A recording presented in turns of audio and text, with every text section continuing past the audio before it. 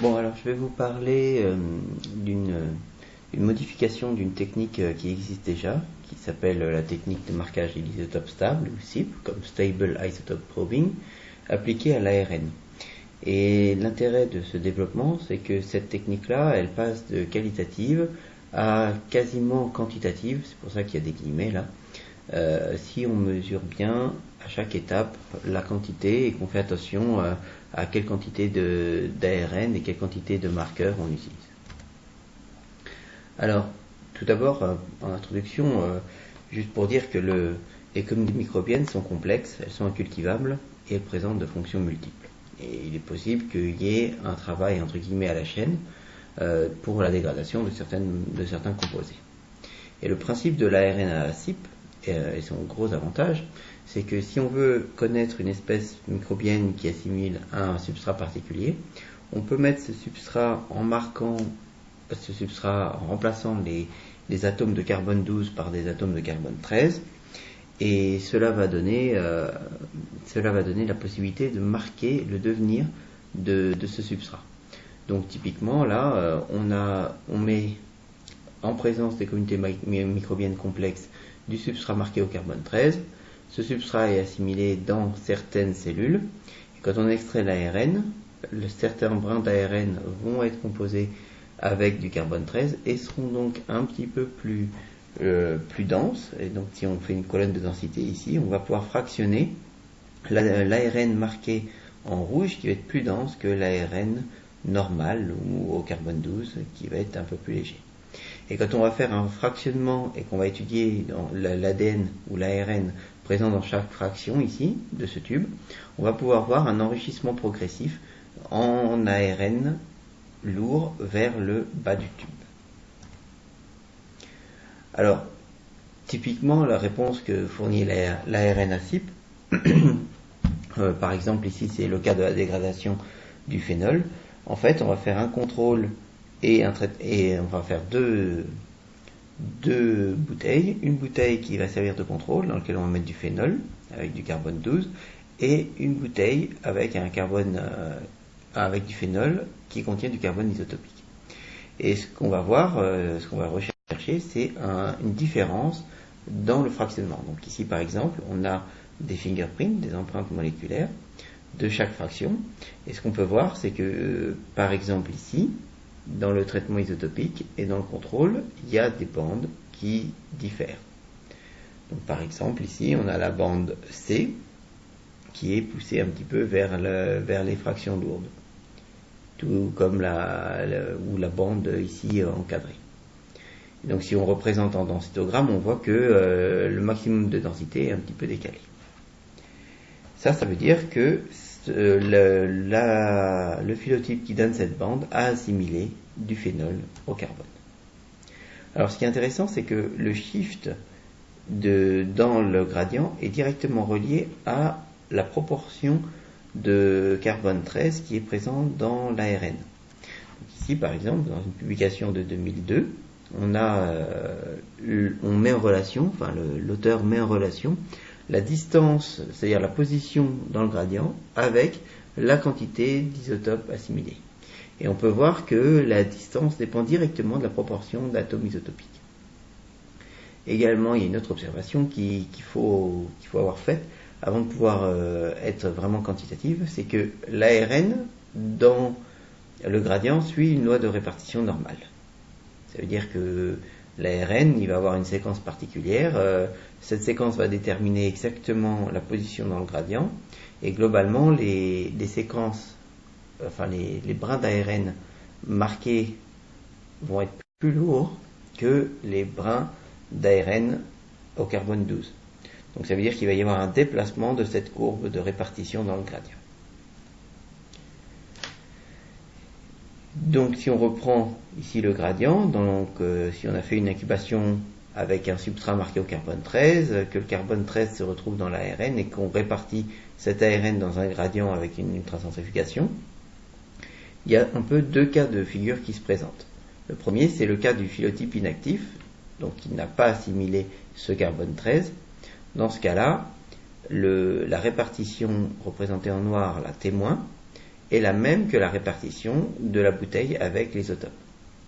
Si en revanche il est actif, on va avoir un décalage de la répartition de cet ARN, de cette espèce particulière, vers le bas, vers les fractions lourdes.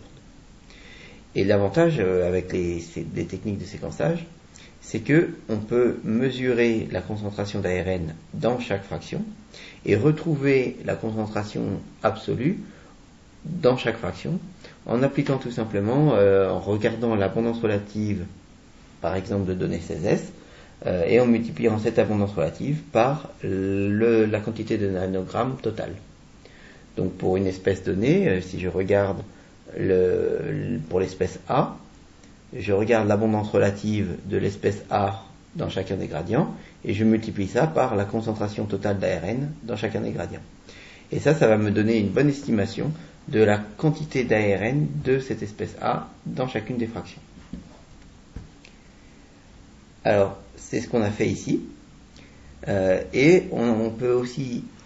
Ah oui, j'ai oublié de dire, on peut faire, vu qu'on sait que c'est une distribution normale, pour des questions de coût, on peut se limiter à 2 points, parce qu'il y a une seule répartition normale qui passe par 2 points.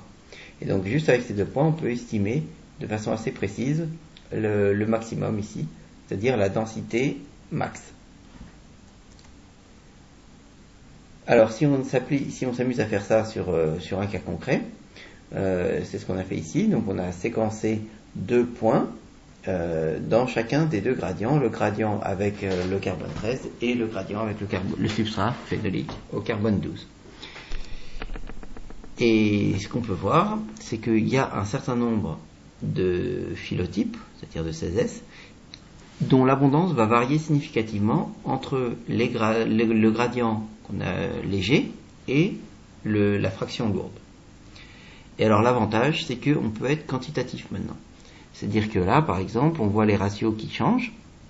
On peut quantifier l'ARN dans la fraction lourde et dans la fraction légère, en déduire la densité L c'est pour labeled et U c'est pour unlabeled, en déduire la densité moyenne, c'est-à-dire la densité dans la bouteille de ce phylotype particulier de Aphipia dans la fraction avec le carbone marqué et dans la fraction avec le carbone non marqué. Et on peut voir que ça augmente quand même la résolution de faire comme ça. C'est-à-dire que là, par exemple, on a des différences qui sont relativement faibles. Faibles, mais significatives. Et donc ça correspond à un pourcentage de carbone 13 dans l'ARN. Et on peut s'amuser à faire la balance de masse pour regarder quel pourcentage ça représente, sachant l'abondance relative de cette espèce particulière, quel pourcentage de carbone ça représente en tout. Alors ça, c'est intéressant comme étape, puisque on peut voir que c'est pas forcément ceux qui sont le plus marqués. Aphipia, par exemple, elle est très marquée. Il y a beaucoup de carbone, une grande proportion de carbone 13 dans son ARN.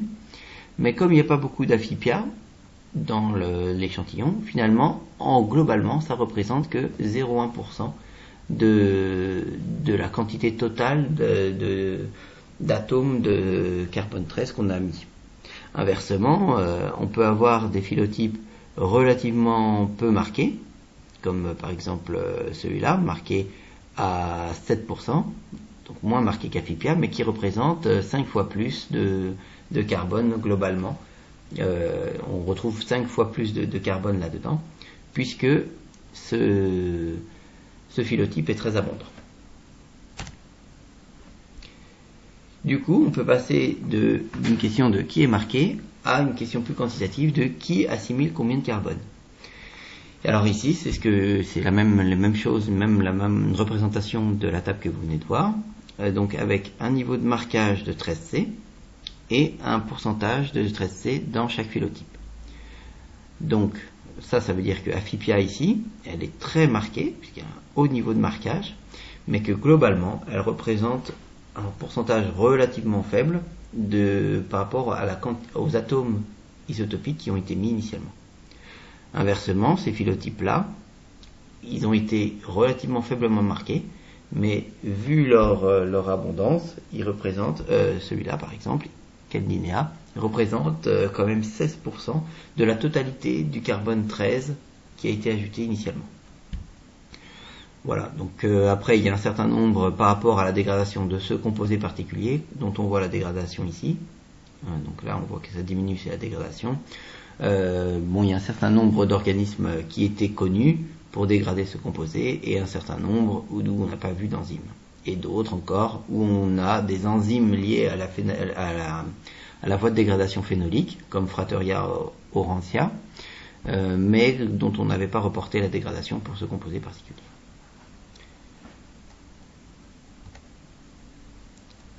Donc, du coup, on a des nouvelles questions accessibles par la métatranscriptomique cible quantitative, puisqu'il n'y a plus de problème de coût pour séquencer toutes les fractions. Donc ça, à mon avis, c'est le futur. On a donc la possibilité de faire suivre des substrats in vivo. Ici, par exemple, c'est des données d'Étienne Labussière à Rennes qui montrent le glucose marqué dans l'intestin, dans différents endroits d'un porc. Donc on peut faire ce genre de manip in vivo, et on peut s'intéresser à la redondance des voies métaboliques, ou alors des questions plus particulières du style quel est le flux de butyrate dans l'intestin, ou quels sont les dégradeurs de cellulose chez le lapin. À noter quand même qu'il faut respecter certaines contraintes techniques, notamment en quantité d'ARN qui sont chargés dans le gradient. Voilà, donc c'est un travail que j'ai effectué durant mon postdoc en Australie, avec Mike Manefield, Matt Lee, Maria Luisa et Jérôme Hamelin en France. Je vous remercie de votre attention.